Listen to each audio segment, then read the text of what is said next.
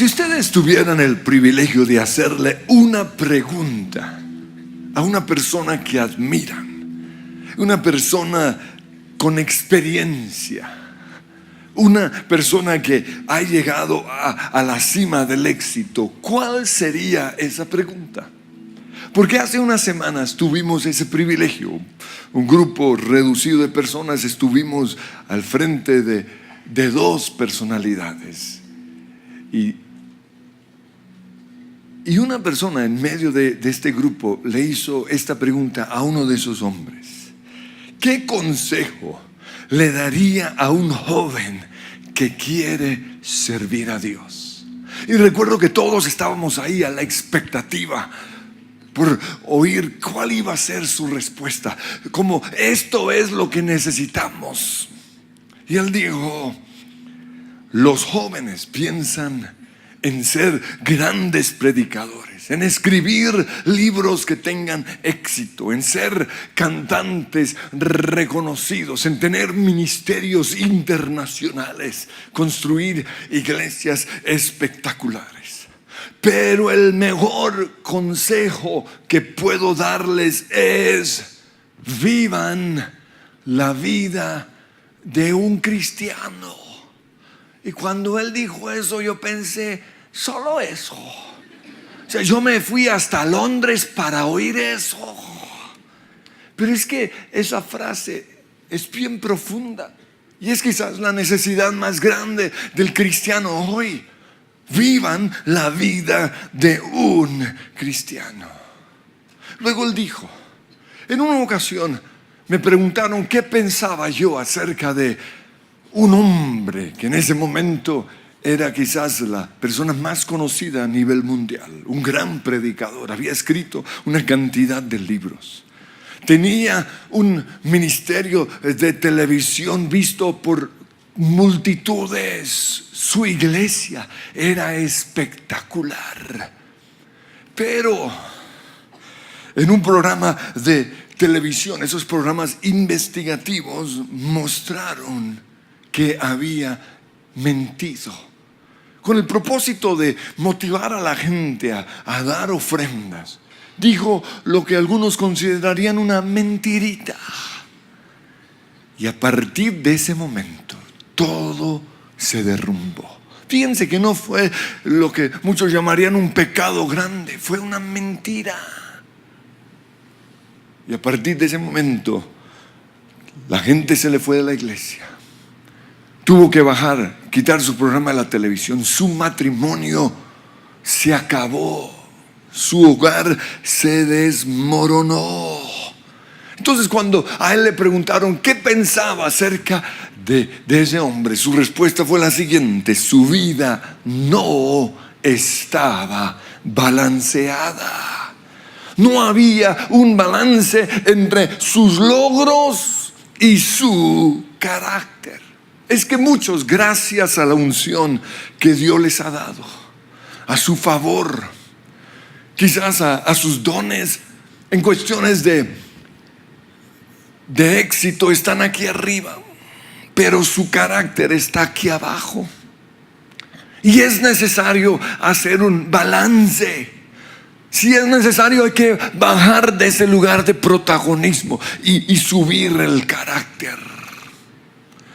Por eso la pregunta es esta: ¿tenemos lo que se necesita para no desmoronarnos ante el éxito?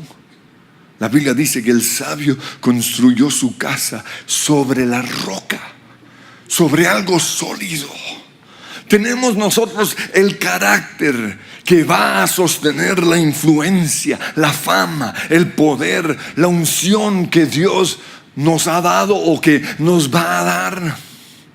Porque no hay nada más triste que leer las biografías de los grandes siervos de Dios que terminaron mal.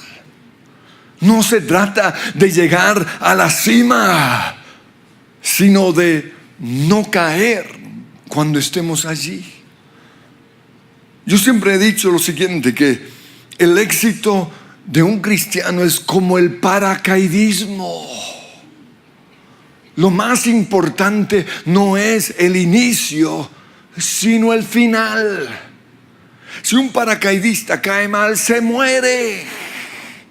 No importa que haya hecho la cantidad impresionante de movimientos en el aire. Lo importante es saber terminar. Y lo mismo sucede con el ministerio. Por eso Pablo, en 1 Timoteo capítulo 3, dijo: si alguno aspira a ocupar el cargo de anciano. Y luego yo pongo en mis propias palabras, es decir, de líder de la iglesia, de predicador, de maestro, de músico, salmista, profeta, escritor en la iglesia, desea una posición honorable, está animándolos a que anhelen eso. Pero, y luego da una cantidad de requisitos que debe cumplir aquel que quiere ser parte del ministerio. Dice: un anciano debe ser un hombre o una mujer que lleve una vida intachable. Debe serle fiel a su esposa. Debe tener control propio. Debe vivir sabiamente y tener una buena reputación, un buen nombre. Y Pablo sigue mencionando una cantidad de cosas que como cristianos debemos vivir. Por eso, vivan la vida de un cristiano. Esto tiene que ver con las disciplinas del cristiano, lo básico, el ABC del cristiano, el ahora qué número 2. Y ahí cuando presentamos diferentes cosas que debe tener el cristiano, como leer la Biblia todos los días, orar, lo llamamos disciplinas. ¿Por qué? Porque la palabra disciplina viene de discípulo. Un discípulo de Jesús es una persona que tiene las mismas disciplinas de Jesús. Y disciplinas es lo mismo que hábitos. Tenemos que formar hábitos. Un hábito es un patrón de comportamiento que se convierte en una acción involuntaria. Entonces, si yo quiero tener, digamos, el hábito de tocar el piano bien, yo tengo que ensayar ciertos patrones una y otra vez hasta que salga de manera innata. En este momento estoy trabajando con mi hijo en mejorar nuestra letra, que sea entendible.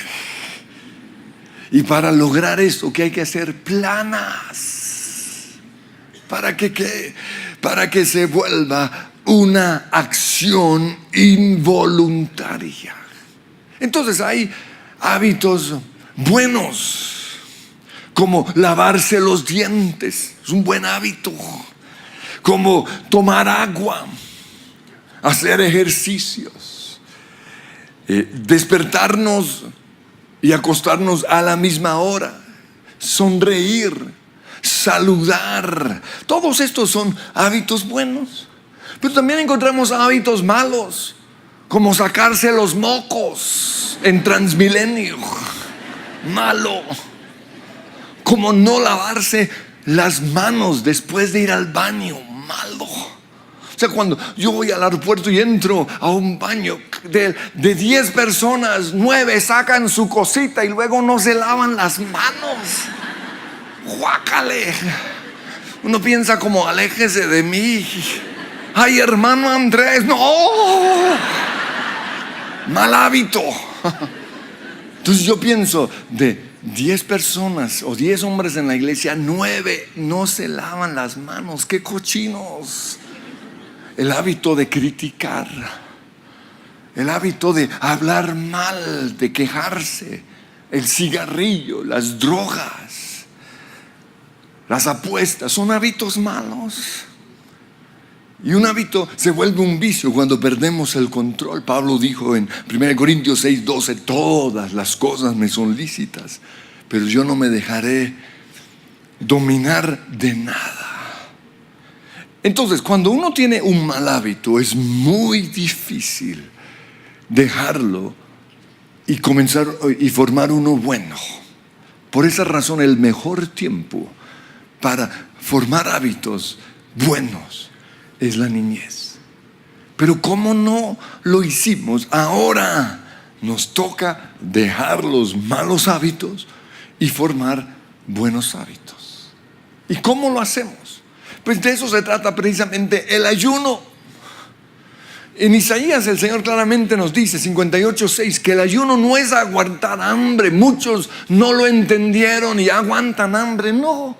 Él dice, el ayuno verdadero es romper las cadenas de injusticia. Isaías 58:6. Desatar las correas del yugo, poner en libertad a los oprimidos y romper toda atadura. El ayuno verdadero es cambiar los malos hábitos. Y el ayuno más conocido es el de 21 días de Daniel. ¿Por qué 21 días? Porque los conocedores dicen que es el tiempo ideal para dejar un hábito malo, viejo, y formar uno nuevo. 21 días es un tiempo medible, es una meta alcanzable. Si usted deja de fumar 21 días, usted ya sabe que puede.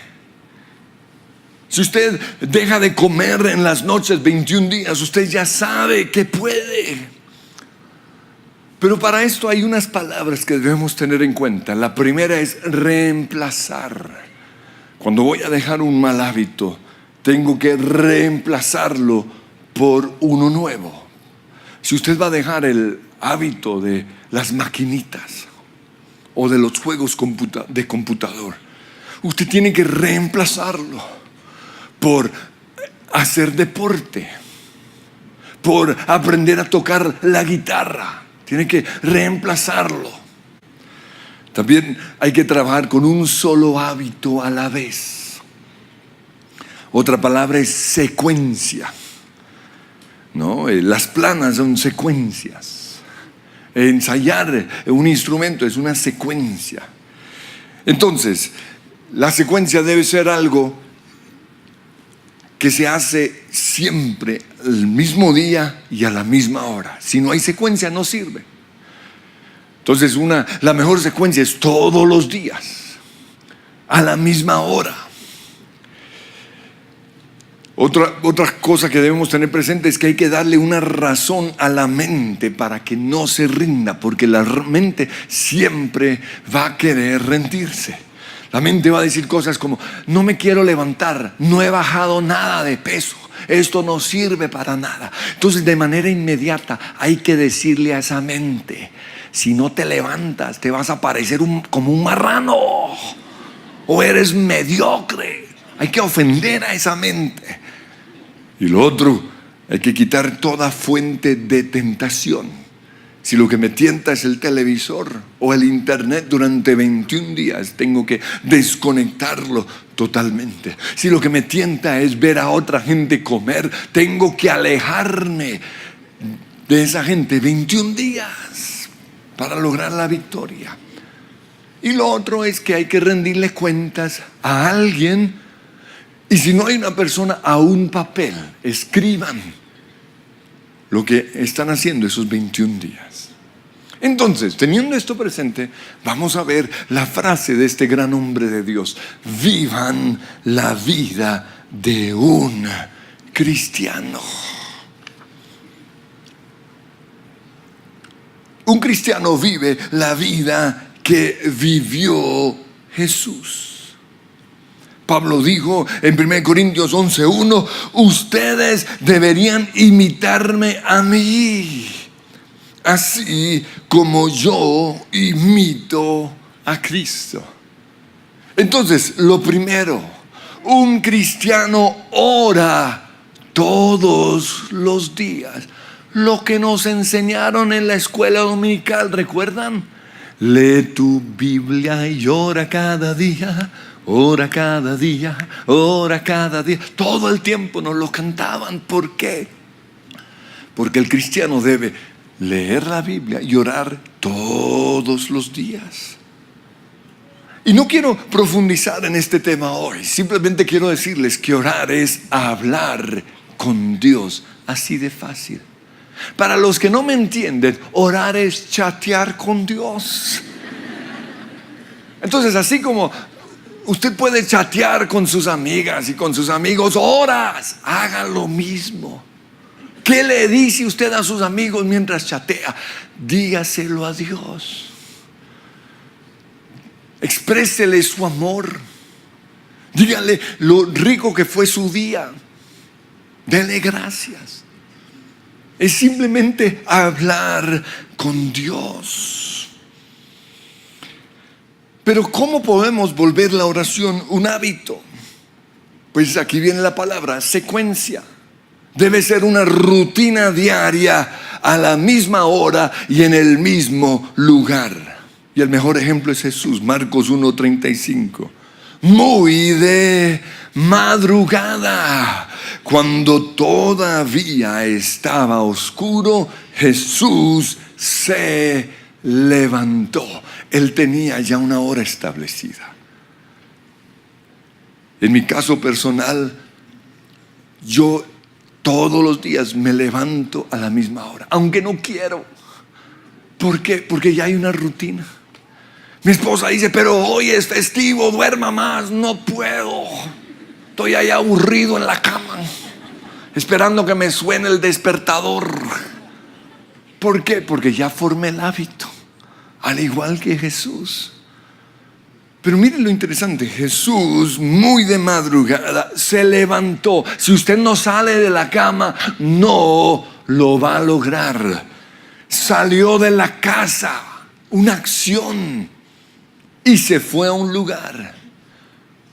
Debemos tener una actividad que podamos identificar como nuestro tiempo de oración. La actividad puede ser el momento en el cual entro a mi oficina y cierro la puerta. El momento en que tomo café a solas, ese es mi tiempo.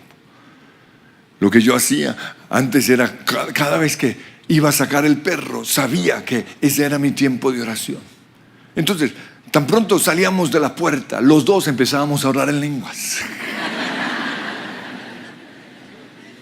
Luego fue mientras trotaba, pero por mi columna no pude seguir haciéndolo. Entonces ahora siempre que me subo a la bicicleta, y es algo que hago todos los días, a un domingo, sin falta. ¿Por qué?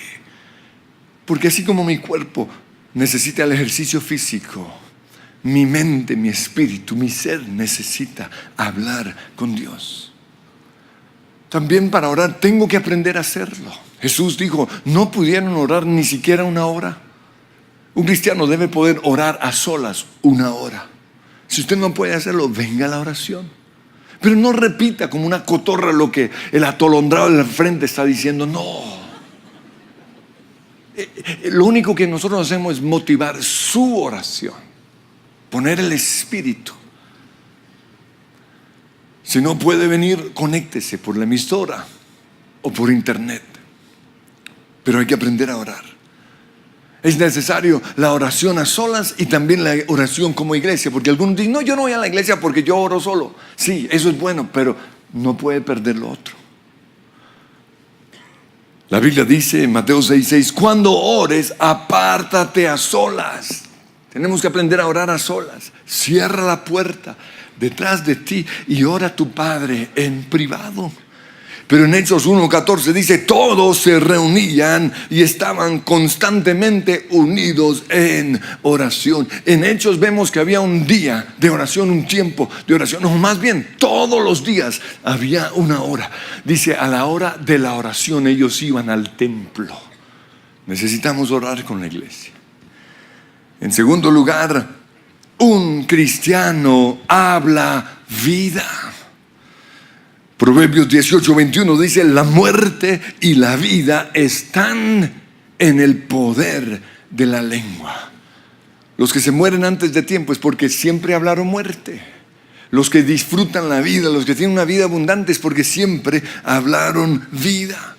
Entonces un cristiano no se queja. Esa fue la primera lección que aprendí en la iglesia de los niños. Que la razón por la cual la nación de Israel se quedó dando vueltas durante 40 años en el desierto fue porque murmuraron. Y desde esa edad, desde los 7 años, yo me he esforzado por no quejarme. Un cristiano no habla acerca de su enfermedad, sino que habla acerca de la obra completa de Jesús en la cruz. Por sus llagas yo soy sano. Así habla el cristiano. Un cristiano no habla de sus problemas, sino que habla acerca de su Dios. Un cristiano no habla acerca del diablo, sino que habla acerca de Dios. Un cristiano no habla mal de nadie. Y esto tiene que quedar arraigado en nosotros. Un cristiano no habla mal de nadie. Y esto incluye el gobierno, los políticos. Un periodista informa, pero no puede hablar mal. Yo no entiendo cómo hoy cristianos hablan mal del gobierno. No se puede, Jesús no lo hizo. Usted nunca ve a Jesús hablando mal de César, ni del imperio romano, y era uno de los peores imperios. Un cristiano se disciplina y no comenta, más bien ora. Y cuando vota, vota bien. Un cristiano no habla mal de la selección de fútbol. ¿Cuántos no han pecado desde el jueves? Un cristiano no habla mal. No habla mal de la nación, no habla mal de la iglesia. Pero Jesús habló mal de los fariseos. Jesús les habló a la cara, los confrontó, pero no se la pasó hablando mal. Fue una sola acción y lo hizo porque tenía la autoridad para hacerlo. Un cristiano no maldice. Maldice es mal hablar, sino bendice, es decir, habla bien. Un cristiano no dice mentiras. Y este fue el punto que este hombre de Dios quiso enfatizarnos. Porque estábamos reunidos los pastores. Y la tendencia de los pastores es exagerar para impresionar. Mi iglesia tiene no sé qué cuántos miembros.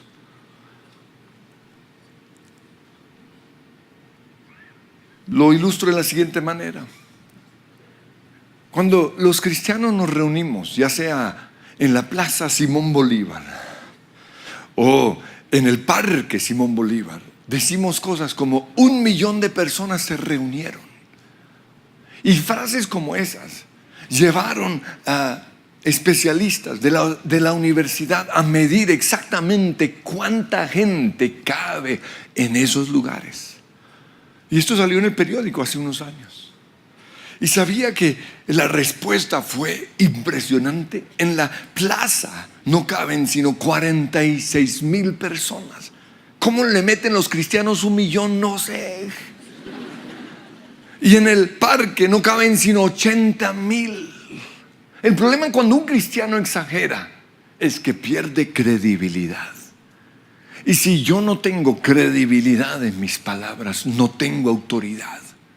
La gente oía a Jesús porque hablaba la verdad. Un cristiano no dice mentiras. Entonces esto tiene que ver con el segundo punto, y es que un cristiano habla vida. En tercer lugar, un cristiano lee la Biblia todos los días. Lee tu Biblia y ora cada día.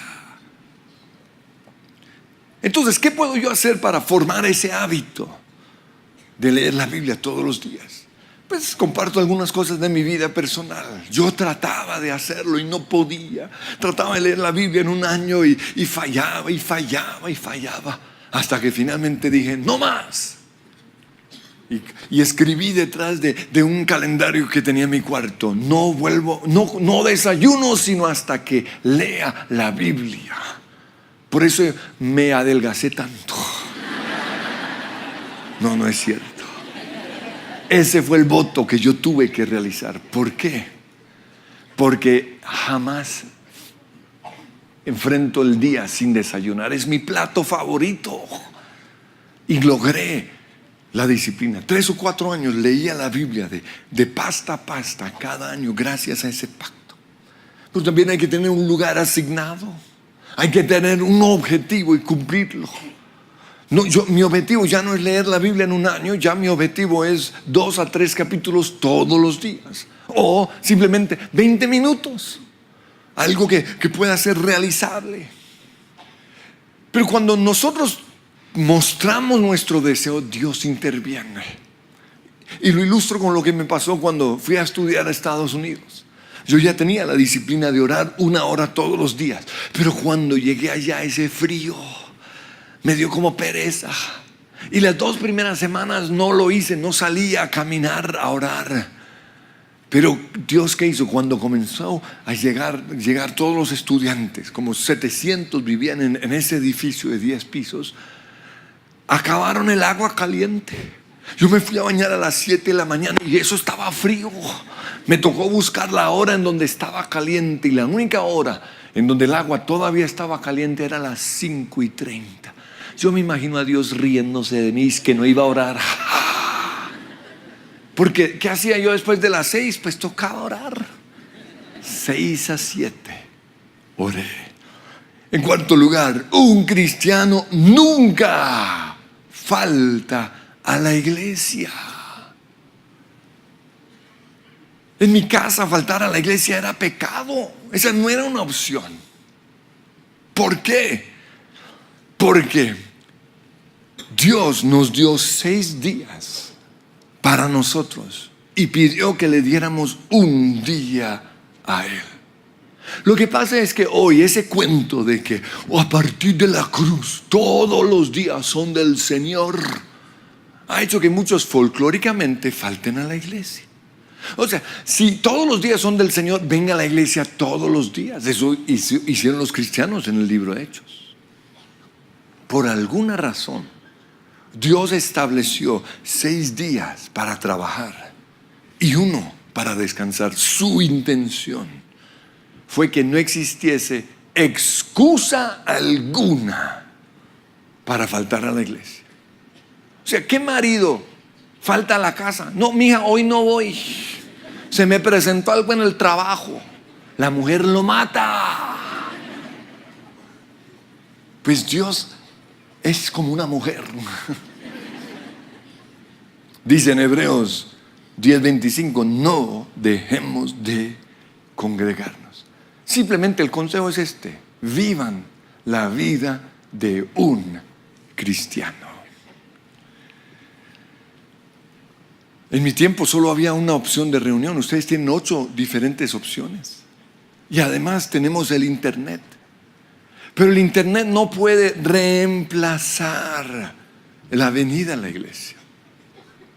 Porque hay cosas que por internet no se pueden hacer. Entonces, el internet, la opción de ver la reunión por internet es una excepción, pero no puede ser la regla. Y es simplemente por motivo de salud o porque estamos viajando. Pero aún así, debemos llegar a esa reunión por internet a tiempo. Tenemos que cantar en voz alta. Tenemos que dar nuestra ofrenda. Tenemos que tomar apuntes del mensaje. Nosotros venimos a la iglesia como una manera de mostrarle al mundo que Dios es el centro de nuestra vida. Dios no es una parte, que si tengo tiempo, no. Dios es el centro. El primer día de la semana se lo damos a Él. También Dios habita en medio de la iglesia. Él dijo, o Jesús dijo en Mateo 18:19, donde se reúnen 2 o 3 en mi nombre, yo estoy allí. En Hechos 2:42 vemos lo que hacía la iglesia. En su principio dice, todos los creyentes, dice todos, se dedicaban a las enseñanzas, a la comunión, a participar en las comidas y a la oración. Y hubo un temor reverente sobre todos ellos, y Dios hacía milagros y señales en la iglesia. Y todos se reunían en un mismo lugar, adoraban juntos, se reunían en casa, los grupos de conexión. Todo el tiempo se la pasaban alabando a Dios, dice el versículo 47. Y el Señor agregaba a esa comunidad cristiana los que iban a ser salvos. Es el lugar donde se reúnen los cristianos, pero es tan impactante que los de afuera anhelan ir a ese lugar. Por eso la iglesia es idea de Dios. Nosotros necesitamos de otros cristianos, porque si no tenemos a nadie, estamos solos, y un cristiano solo se quiebra fácilmente. En cambio, si tenemos a una cantidad de cristianos, por más feos que sean, no se aguanta, miren, no se rompe. Y eso es lo que dice el Señor en Eclesiastés 4:9. Es mejor ser dos que uno, porque ambos pueden ayudarse mutuamente a lograr el éxito, a permanecer en la fe. Si uno cae, el otro puede darle la mano. Pero el que cae y está solo, ese sí que está en problemas. Alguien que está solo puede ser atacado y vencido. Pero si son dos, se ponen de espalda con espalda, y vencen. Y luego termina diciendo: mejor son aún todavía tres, porque cordón de tres dobleces no se rompe fácilmente. En quinto lugar, vive la vida de un cristiano significa sea guiado por el Espíritu Santo. Gálatas 5:16. Dejen que el Espíritu Santo los guíe en la vida, porque entonces no se dejarán llevar por los impulsos de la carne, de la naturaleza pecaminosa. Porque la carne desea hacer el mal. Sean guiados por el Espíritu Santo. Finalmente, un cristiano es luz. Y aquí otra canción de mi niñez: mi pequeñita luz, la dejaré brillar. Mi pequeñita luz, la dejaré brillar. Brillará, brillará. Y eso fue lo que dijo Jesús. Mateo 5:14. Ustedes son la luz del mundo. Dejen que su pequeñita luz, que sus buenas acciones brillen. Vivan como hijos de luz. Sean cristianos. Y yo sé que no somos salvos por las obras, pero son nuestras obras las que hablan de Jesús. Por eso un cristiano no dice mentiras. Un cristiano no fuma, un cristiano no se emborracha. Un cristiano es fiel a su esposa. Un cristiano no se acuesta con su novia. Tenemos que volver a lo básico. Sean simplemente cristianos. Vivan la vida de un cristiano. Yo quiero que nos pongamos en pie. Y Espíritu Santo, yo te pido que en este momento nos muestres en qué áreas no estamos viviendo la vida de un cristiano. Un cristiano habla vida. Un cristiano no se queja, no es negativo, no es pesimista, no murmura, no raja, no habla mal de la gente. Un cristiano lee la Biblia todos los días. Un cristiano ora todos los días. Un cristiano viene a la iglesia. Un cristiano es guiado por el Espíritu Santo. Un cristiano hace las obras de un cristiano.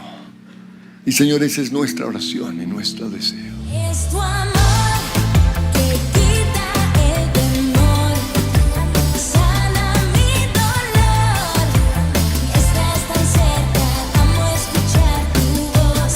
Es tu amor que quita el temor, sana mi dolor. Estás tan cerca, amor.